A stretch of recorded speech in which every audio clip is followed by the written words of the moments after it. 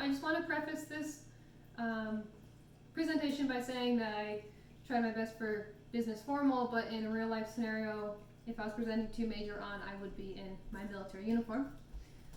For audience members, I have my fiance Mike, wait, camera Mike, a little camera shy, and I have my sister Ellie, her puppy Kylo, her husband Ian, and my mom Eileen. I don't know if you can see them, but they're going to be over here with Mike. Thank you. Alright, so Major On, NADCIT, Chief Controllers, thank you for joining me here today. Since I have been here at Whiteman, we have had 10 trainees wash out and 8 become certified controllers. So that's pretty bad. That's a 55% washout rate, and that's something that sometimes is unavoidable. Not everyone has what it takes to become a controller, but with those washouts, they've taken a lot of time and resources from working on our real mission. We need to be able to make that, streamline that, and also hopefully reduce the number of people that wash out. So my presentation is on Form 623 Alpha, the Air Traffic Control Evaluation Form. Can you give that to you? Or can you not do both? Okay. Sorry about that. The 4 main things I'd like to talk about is the communication of the eval form. The eval form goes over a week of training, and it should communicate to anyone, whether you're involved or not, what's happening in the trainee's progress during that week. It should be very clear if they're doing well, if they're struggling, why they're struggling, what they're struggling with, what's being done to help them with their struggle, where they're at in training. All of that should be communicated clearly. Documentation, so this is kind of more specifically for people that are not fit to be controllers. We have to make a case to withdraw them from the career field, and we need to have proper documentation to do that. We need to show that they struggled for months and months. We did X, Y, and Z to help them with their struggle. They're not going to make it. They'd be better somewhere else. In the past, as you guys know, we have not had the proper documentation for airmen that were not fit to be controllers, which meant that we had to put them back in training, and it was a big waste of time for everybody. The third one is standardization. We need evals to be standardized not only from the RAPCON and the tower, but standard for every position, every trainer. And a big problem we're having is that we're getting new chief controllers pretty often. Every chief controller wants to make their own adjustments to the evals, and that needs to stop. It's too much for the trainers to keep up with. It distracts from training. It needs to be standard and stay standard. The last thing is the enforcement. Evals are done improperly all the time with errors, math, or missing communication. You know, these things are gone, and they're not being enforced. They end up at the NADCIT's office, and they just go through. So if we need to start kicking back those evals, getting them to be corrected each week, those mistakes will stop. They need to be enforced. Slide. Thank you. So here we have an example eval. This is A1C Chacon, written by his trainer, Senior Airman Drennan. You can see he's in the assist position. So a lot of things are being communicated here in this part of the eval. He's an apprentice. It's a weekly evaluation. It was written in October. In the assist position, you are given 80 days. It's a pretty big deal that you need to be able to meet the standards in that number of days, broken into 3 blocks. Chacon is in block 1. You can see he has used 13 days. So what that tells us is that this is only his second eval for the assist position, which is his first position. So he's very new in the training process. So we know all of that. But then we come up here and we see he has an unsat for this week. That's a pretty big deal. You don't want to get unsats. You definitely need to find a way to correct that. And the rest of the eval needs to communicate, you know, why there was an unsat, what was done to prevent it, what's going to be done to correct it, what Chacon needs to do. Fine. Thank you. So here we get into kind of the bulk of it on Tuesday. Drennan has broken it down between live and then there's other below. So Chacon got 2 hours and 45 minutes in live on Tuesday. She has a number of STS items listed here, but there's no communication about what those items stand for. I assume that these items came up during this live time, but we don't know if Chacon was proficient, deficient, if he needs to work on these. So there's some specific examples they have here. One specifically is that the MOA called to decombine airspace with Chacon. He gave them the frequencies in the airspace, but he did not use the correct phraseology. But she doesn't have the specific STS item that goes along with that he was deficient in. So we don't know. Next slide, please. Here we have on Wednesday. I also want to point out that there's non-position time, 2 hours each day. She has listed, again, a number of STS items, but we have no idea what this 2-hour non-position time was. We don't know if a trainer was involved. We don't know if it was a quizzing session.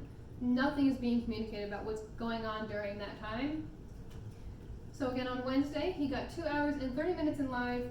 MOA called again to decombine. He gave them the airspace and the frequencies. This time he used the correct phraseology, but he did not give them the traffic.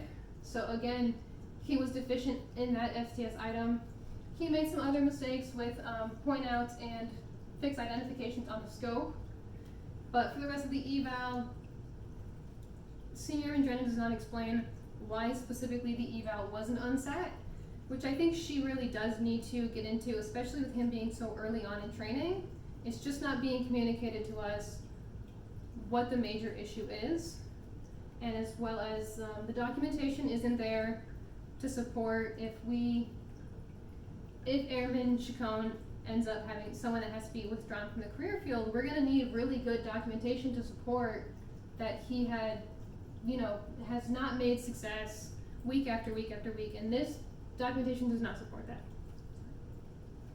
So the communication a lot is missing there. We're not sure, what the non-position time was, what the why it was unsat. We don't have those things. Documentation would not hold up, would not support for a washout, so Chacon would end up back into training as we've had in the past, and it takes away from other trainees. It's a waste of time. The third thing is standardization. These evals need to be standard every week from either position, from every single trainer. It needs to be the same thing every time. And we cannot have, again, chief controllers coming in and making changes that take away from the bulk of training. The last part is enforcement. This was a real eval written by Drennan, was signed by her and her trainee, signed by the watch supervisor, signed by the chief controller, made it up to the NATSIT's desk, and was signed by him. And none of that should have happened because of the flaws in the documentation. It never should have made it that far. The NATSIT should have kicked it back, as well as the chief controller. It needed to be corrected before it was sent back up. And we need to start making these enforcements. Do you guys have any questions so far? Mike? I have a question. So what would you suggest the documentation portion of unsat items look like to justify an unsat eval? That's a great question. I'm sorry I didn't explain that earlier. Will you take me back to the first eval? So here where he misses the MOA, he has the right phraseology but does not go over the point out. All Senior Drennan needs to take whatever STS item it is and say, he is deficient in this item for this reason. She would have the same thing on Tuesday. Now he's been deficient 2 days. I think at the end of the eval in the other comment section, she should include that item specifically, that he was deficient in that item, and if that is what is leading to this unsat for the overall eval, she needs to explain that clearly. Does that answer your question? Yes. Do you have any other questions? Any of my audience members in Omaha? I have a question. Okay, Ellie? Do any changes need to be made to the eval itself? That is a great question. So will you take me back one slide? Another slide. Thank you. So the eval, a lot of changes I think do need to be made, which is interesting because Mike actually is currently working on coming up with a new eval where you would pull up the position and it would fill in all the STS items automatically. It would fill in the days. The math would be done by the computer, so there couldn't be these math mistakes anymore.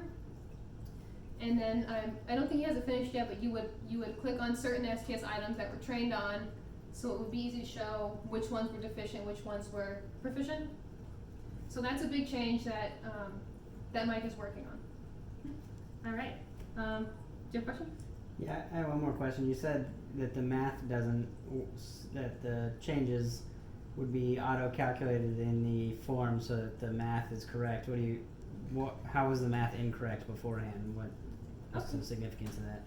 So probably not on this specific eval, but I've seen many evals in the past where, you know, the number of days used in the eval is more than, you know, days on the actual eval, or they don't add them correctly over here where they have days used, days remaining. They might not add up. I've seen evals that take 10 days of the trainee's days, even though it was only a 7-week period, 7-day period. And then a lot of math down here, a lot of this time math is hard for people, so, you know, they'll put that 5 hours lifetime plus the previous 10, and then they'll end up with the wrong answer, and it just gets pretty confusing from there. It's a lot of things for the trainers to be focusing on when they need to be focusing on their trainees. All right. Thank you guys for joining me today. Thank you. Oh, I'm sorry. I wanna say one more thing. With the changes we're making to this eval, I think it'll be able to, you know, going back to our washout rate, not only should it be able to reduce the number of trainees that are washing out, but also for that washout rate to be smoother, because there will be people that are not fit to be controllers. We need to have a smooth way to get them out of the the career field without taking away from other trainees' time, like we've done in the past. All right, thank you guys. Thank you.